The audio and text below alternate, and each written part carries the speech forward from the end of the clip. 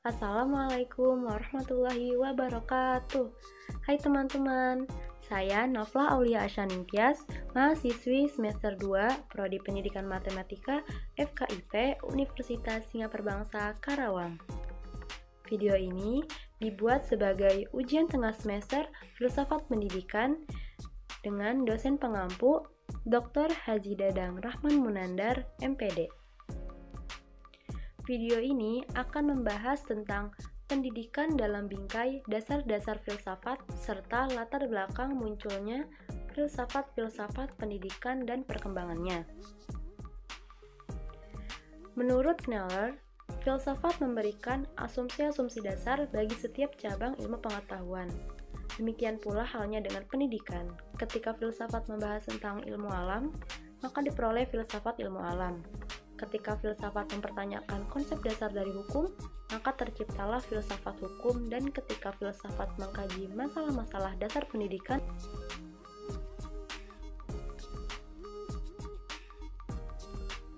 dasar-dasar filsafat pendidikan ada 3, yaitu ontologi, epistemologi, dan aksiologi. Ontologi membahas tentang pengetahuan tentang hakikat sesuatu.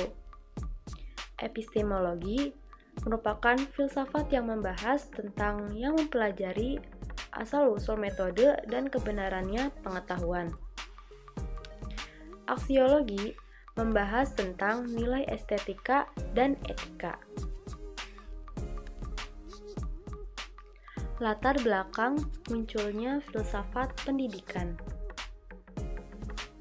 Filsafat diakui sebagai induk ilmu pengetahuan atau the mother of sciences yang mampu menjawab segala pertanyaan dan permasalahan, mulai dari masalah-masalah yang berhubungan dengan alam semesta hingga masalah manusia dengan segala problematika dan kehidupannya.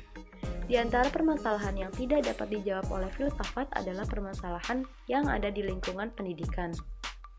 Menurut John Dewey, seorang filosof Amerika, filsafat merupakan teori umum dan landasan pertanyaan dan menyelidiki faktor-faktor realita dan pengalaman yang terdapat dalam pengalaman pendidikan.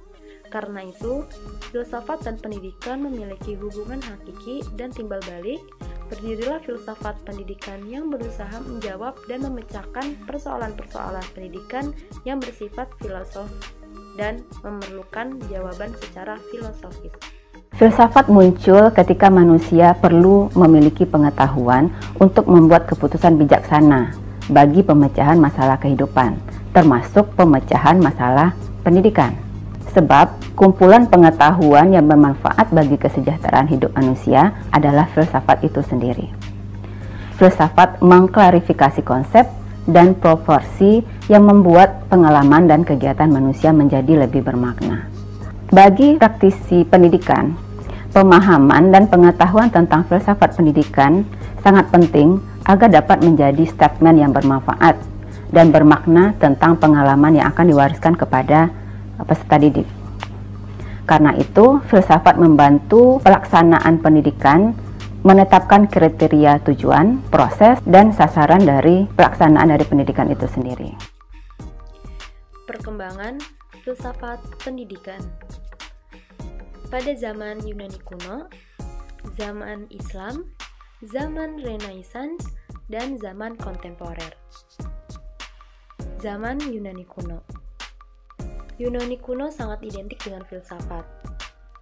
Seiring berkembangnya waktu, filsafat dijadikan sebagai landasan berpikir oleh bangsa Yunani untuk menggali ilmu pengetahuan. Karena itu, periode perkembangan filsafat Yunani merupakan entry point untuk memasuki peradaban baru umat manusia. Yang kedua, ada zaman Islam. Islam sangat menghargai ilmu. Ini terlihat sejak kemunculan agama Islam itu sendiri yang dibawa Nabi Muhammad SAW. Dominasi para teolog pada masa ini mewarnai aktivitas ilmiah pergerakan ilmu pengetahuan. Keilmuan berkembang pada zaman Islam klasik yang dipengaruhi oleh persepsi tentang bagaimana tingginya kedudukan akal seperti yang terdapat pada Al-Quran dan Hadis. Sumbangan sarjana Islam dapat diklasifikasikan ke dalam 3 bidang, yaitu 1. Menerjemahkan peninggalan bangsa Yunani dan menyebarluaskan sedemikian rupa. Yang kedua, memperluas pengamatan dalam lapangan ilmu kedokteran, obat-obatan, astronomi, ilmu kimia, ilmu bumi, dan ilmu tumbuh-tumbuhan. Yang ketiga, menegaskan sistem desimal dan dasar-dasar aljabar. Lalu, zaman Renaissance. Memasuki masa Renaissance, filsafat ilmu ditandai dengan munculnya Roger Bacon menanggapi bahwa ilmu sempurna tidak boleh mencari untung, namun harus bersifat berpikir kritis. Menurutnya, ilmu harus dipakai untuk memperkuat kemampuan manusia di bumi dan ilmu-ilmu berkembang dan nyata dalam kehidupan manusia. Filsafat kontemporer ditandai oleh variasi pemikiran filsafat, mulai dari analisis bahasa, kebudayaan, kritik, sosial metodologi, filsafat hidup, filsafat ilmu, sampai filsafat tentang perempuan. Pada masa kontemporer, para filsuf membentuk komunitas-komunitas dan asosiasi-asosiasi profesional di bidang-bidang tertentu. Oleh sebab itu, profesionalisasi disiplin filsafat pun tampak dengan jelas dari munculnya jurnal-jurnal terkemuka dalam bidang filsafat yang diterbitkan dalam bentuk cetak maupun elektronik. Terima kasih. Maaf apabila ada kesalahan atau kekurangan dalam pembuatan video ini.